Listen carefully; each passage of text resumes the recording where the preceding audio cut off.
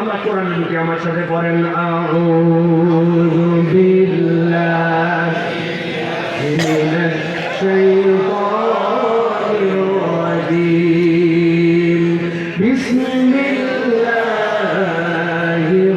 রাহমানির রাহিম ওয়া ইয়াওমা ইয়া'আদ্দু আয-যালিমু আলা ইয়াদাইহি ইয়াকুলু ইয়া লাইতানি ইত্তাখাযতু মা'আর রাসূলি সাবিলা। সম্মানিত হাজিরিন, আজকে আমরা খুবই সংক্ষিপ্ত সময়ে কুরআনুল কারীমের 4টা পয়েন্টের উপরে সংক্ষিপ্ত কথা শুনব। পয়েন্ট 4টা হচ্ছে, আল্লাহ বলছেন হাসরের ময়দানে যেদিন বান্দারা আল্লাহর সামনে উঠবে, এক একজন এক একভাবে বুক চাপড়াবে আর একটা কথা শুধু বলবে, হায় আফসোস, হায় আফসোস। একসাথে বলেন তো, কি বলবে? হায় আফসোস, হায় আফসোস। বুকের মধ্যে চাপড় দিবে আর বলবে হায় আফসোস, হায় আফসোস। আল্লাহ বললেন এই হায় আফসোস পার্টি দ্বারা কোন কারণে এরা হায় আফসোস করবে? আজকে আমরা 4টা পার্টির কথা শুনবো। পার্টি কয়টা? কয়টা পার্টি? এরা হচ্ছে আফসোস পার্টি। কি পার্টি?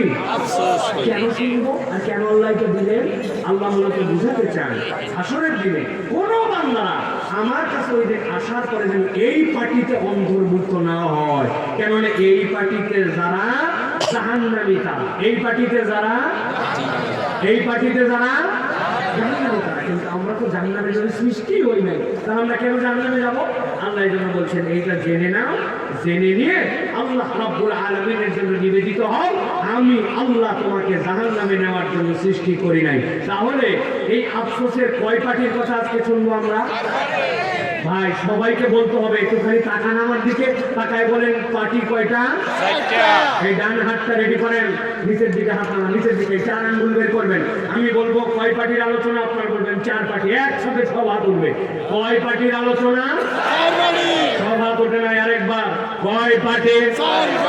শেষ সুযোগ দিলাম, হাত নামান, একসাথে বলেন কয় পার্টি? আপনারা বলবেন সাইদুল্লাহ ভাই কি দিয়ে তো হাত তোলা ছেলে ঘটনা না, কারণ আছে ভাই, বললে আপনাদের মন খারাপ হয়ে যাবে। বলবো এটা 4র্থ মাহফিল, এর আগে 3 নম্বর মাহফিল হয়েছে না?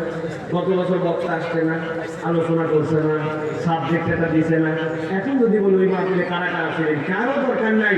এই যে চান্দিশ করা গ্রামবাসী আর চান্দিশ করা ফ্রেন্ডস ক্লাবের যারা মেম্বার ছিলেন, ওই মাহফিলের আলোচ্য বিষয় কি ছিল, শিক্ষা কি ছিল, হুজুর কোন সাবজেক্টের উপরে কোন পরামর্শ দিয়ে গেছিল, একটু ওয়াজটা মনে করে দর্শন বলেন তো ভাই।